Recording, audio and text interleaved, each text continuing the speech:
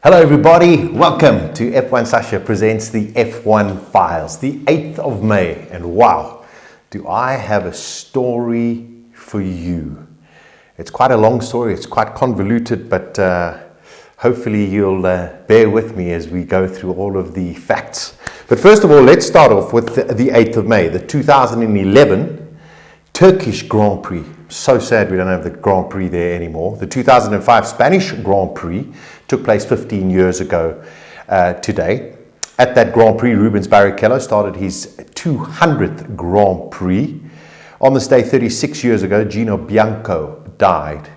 And the one that we're going to focus on a lot today is 38 years ago, Gilles Villeneuve died at Zolda. The 1977 Spanish Grand Prix took place on this day, and it's a very happy birthday. He turns 45 today. Here's a name you haven't heard for a while, Gaston Mazzacane. Yeah, remember him?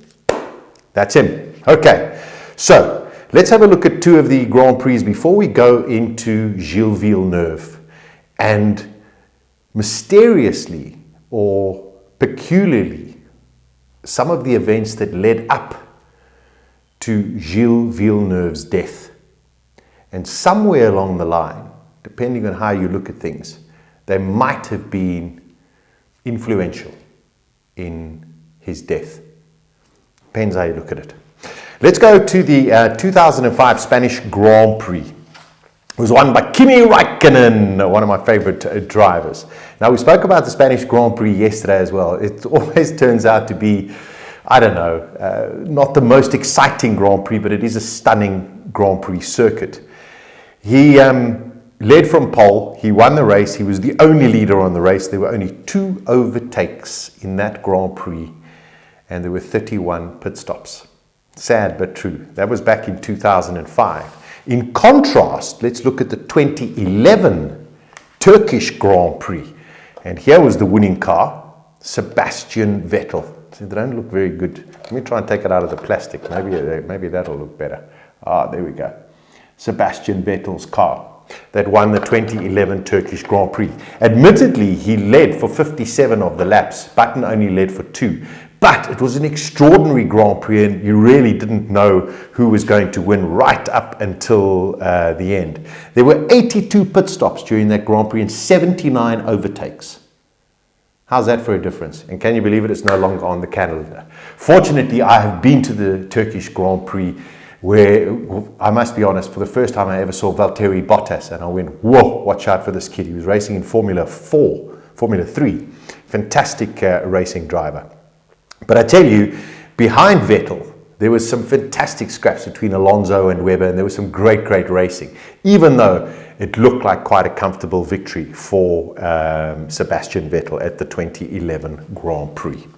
Okay, now, today the 8th of May, always a very sad day for me, because one of my true, I don't like to use the word heroes, but one of my true men that I've really respected and had so much time for and loved the way he raced was Gilles Villeneuve. And the amazing thing is Villeneuve never ever won a championship. He only won 6 Grand Prix over his career, yet he's one of the most revered racing drivers the world has ever known. The Canadian Grand Prix, of course, is called the Circuit Gilles Villeneuve, and on the tarmac they have Salute Gilles. Villeneuve was killed on this day back in 1982, and I'm going to get to that. But I want to take you back to have an understanding of what happened prior to Villeneuve and the Ferrari team going to the Zolda circuit for the Belgian Grand Prix. And we've got to go back all the way to the Fisa versus Foca battle of the 1980s. Okay. Fisa stood for the Fédération Internationale du Sport Automobile, okay, and was headed by Jean-Marie Balestre. And those who have been following Formula One for many years will know who Balestre was, and then the big, heated debates between him and Ayrton Senna, and then eventually being ousted by Max Mosley. But that's for another time. So you had Fisa, and then you had Foca. which was the Formula One Constructors Association, which was headed by Brabham team owner Bernie Ecclestone.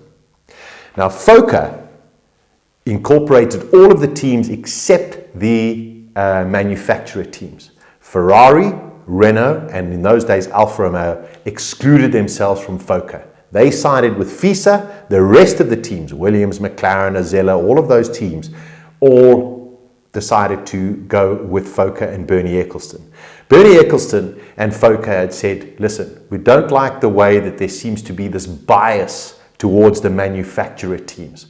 And for those with conspiracy theories always say that FIA stands for Ferrari or whatever, it stems back to these days when there was this presumed bias towards the manufacturer teams. Foca didn't like that, and they also didn't like the technical regulations about what was happening. They also were not happy about the commercial distribution of all of the monies that Fisa were bringing in, and it wasn't really assisting anybody else. So technical regulations and also the distribution of the commercial rights that were coming through. So all of a sudden in 1980 you go to the Spanish Grand Prix, and Fisa came out and fined all of the drivers who had missed the Belgian and Monaco Grand Prix drivers briefing. They then threatened the drivers with taking away their super licenses if the fines were not paid. This was at the 1980 Spanish Grand Prix. Eventually, King Carlos had to intervene and somehow managed to get everybody to have a look and talk to each other. The race went ahead, but it was a non-championship race and the manufacturers did not take part. Alan Jones went on to win the 1980 Spanish Grand Prix, eventually became the world champion. After that race, there was a very grudging agreement that was agreed between Fisa and between Foca, okay, which meant that Foca would now go and participate in all of the Grand Prix going forward. But that's not all, okay. Now, we all remember, must have been 10 years ago or so, that there was going to be a breakaway series. People were not happy with the way things were running in Formula One. And Foca, actually in 1981, put together what they called the World Federation of Motorsport. And they only held one event, which was in South Africa at Kyalami, where I live. Well, I don't live at Kyalami, but I live in South Africa. And that race took place only with the Foca teams. There was no Ferrari, there was no Renault, and there was no Alfa Romeo. However, there was a big problem. There were very low attendance. Sponsors weren't very interested in it, and basically it was shelved. So then Foca and Fisa made this agreement. As we go a little bit forward, in the beginning of the 1982 season, okay, Fisa all of a sudden came out and said to the drivers, hold on a second, you can only drive for the team that you have been contracted to. Now, I know it sounds like, well, if you contracted them, why could you drive for anybody else? Well, drivers in those days were jumping around from team to team, whoever was going to pay them a bit of money and they could bring some sponsorship in. And the drivers got very, very upset about that. And the Grand Prix Drivers Association was headed up by Didier Pironi and Niki Lauda. And again, in South Africa, before the South African Grand Prix of 1982, they organized a strike. Okay, and I remember the pictures vividly, and I've got some which I'm going to show you. They were all staying at the Kyalami Hotel, which was a hotel down the road from Kyalami. And I mean, amazingly, they took over a conference center, and you had all of these drivers on mattresses sleeping in this conference center all together. And I mean, it's crazy to think about it, but that's what happened. But they organized this Grand Prix drivers' strike, and they said they would not race until the clause had been taken out by Fisa about their super licenses being taken away if they were not contracted. Okay, so there were lots of meetings. The Grand Prix Drivers Association, headed by Lauda and Pironi, Foca with Ecclestone. You had the team owners, people like Colin Chapman, Ken Tyrrell, all around there. You had Bernie Eccleston. You also had Max Mosley, who was in amongst it. And the dispute was found in favor of the drivers. So the clause was dropped from Fisa, and then they went racing.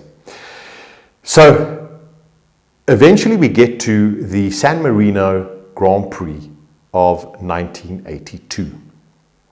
Now, at this Grand Prix, Foca teams boycotted the race.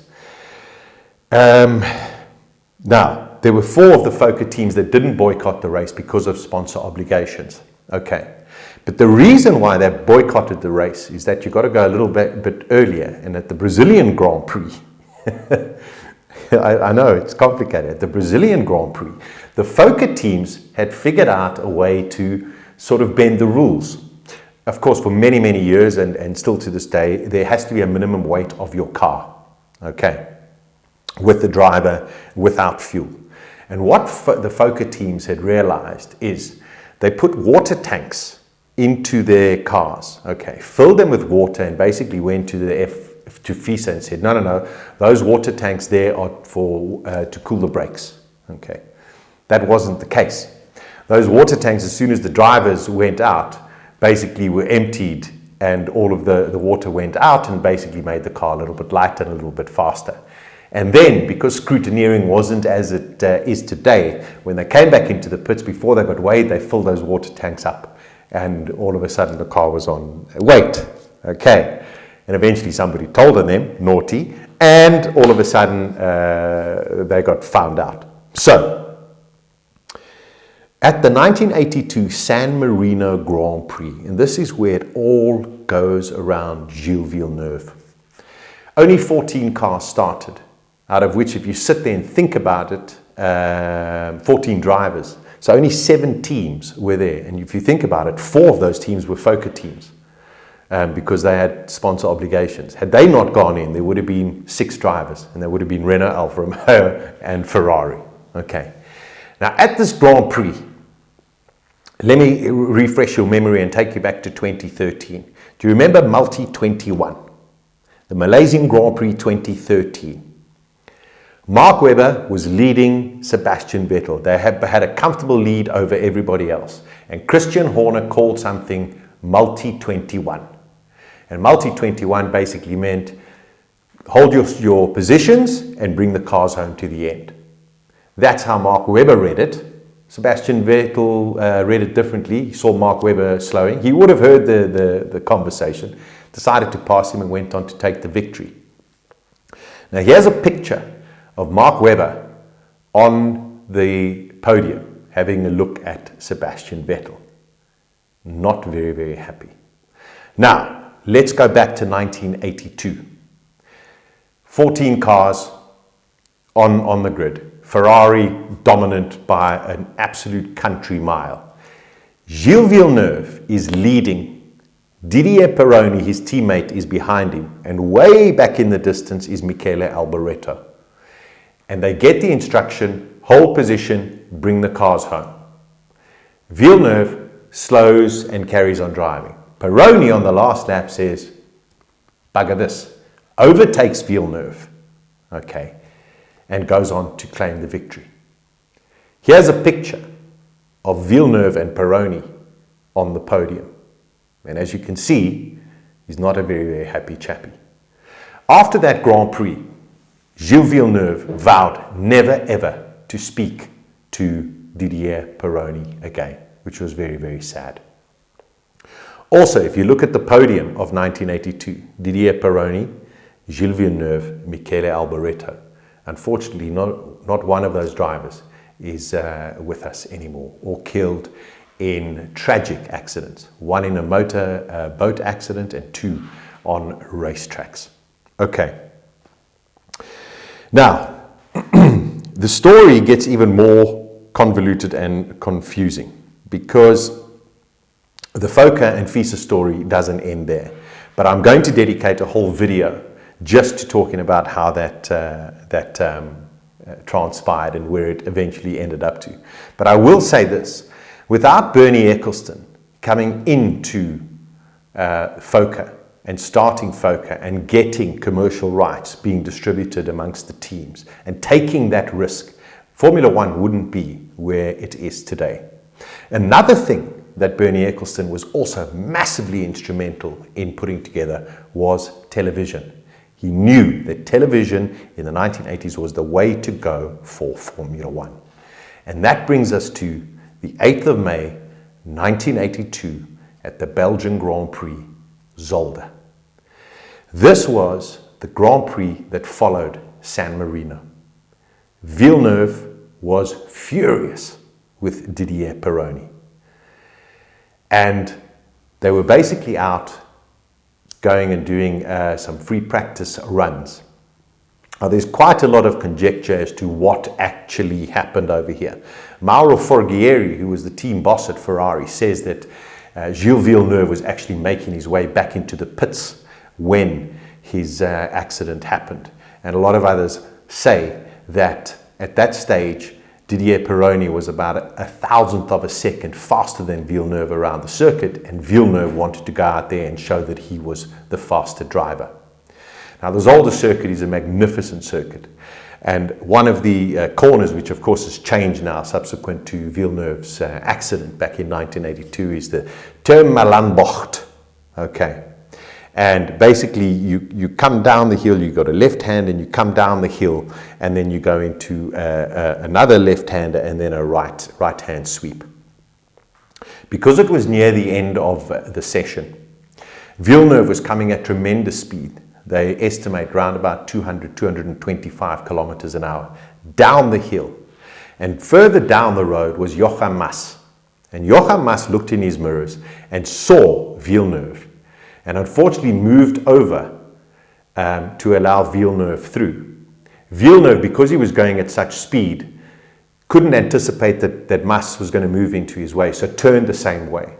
Okay, and Villeneuve hit the back of Joachim Mas's car. Villeneuve's Ferrari, a car very, very similar to this one that I'm pointing at right now. This was Jody Schechter's winning car, but the car looked very, very similar. Catapulted into the air. Flew for about 100 meters. The force was so big that it actually ripped Gilles Villeneuve in his seat out of the car and threw him 50 meters over the track into the catch fences on the other side. It was a horrific accident, and his helmet was taken off. Drivers stopped and they tried to revive him, and within 40 seconds medical cars were there and he was airlifted and unfortunately pronounced dead at I think just after 9 o'clock in the evening. Now, the reason I bring up the television side of this is at that stage television was basically only limited to basically showing the race on a Sunday. We didn't even have qualifying on TV. But Bernie Ecclestone sat there and said, we need to show more racing on television, and had instructed TV people to go out and start practicing and getting an idea of how racing works and panning and all of those kind of things. And by pure fluke, they were testing the cameras when this accident actually happened, and it was actually caught on film. And it was one of my earliest memories of Formula One, besides the horrific crash of Tom Price at Kyalami many years, well, 4 years or 5 years prior to that. But in those days, you didn't have sensitized television like we have today, where, sorry, just by the way, there's flash photography, so be careful. They showed the accident on television on the news. I won't show the video here. It's up to you if you want to go and watch it. I've seen it too many times and it lives in my brain. But strangely, what started off as the Foca and Fisa wars and went to the 1982 San Marino Grand Prix, and team orders were not obeyed, might have, in a strange way, led to the animosity that Villeneuve had and the anger that he had towards Didier Pironi, which led to him having that fatal accident. That's maybe just the way that I think. Maybe it's a little bit conspiratorial, but somewhere deep down inside of me, I believe that Villeneuve just didn't get over the fact of what Pironi did to him in 1982. Fate would have it that later on that year, Pironi would have a massive crash in one of the Grand Prix and broke both of his legs. So neither Ferrari went on to actually claim that title. It would have been between Pironi and Villeneuve in 1982 had they both been okay and carried on driving. So no one knows what would have happened had Pironi not overtaken Gilles Villeneuve in San Marino, 1982. Gilles Villeneuve, one of my superstars of Formula One racing, 38 years ago today. May you rest in peace.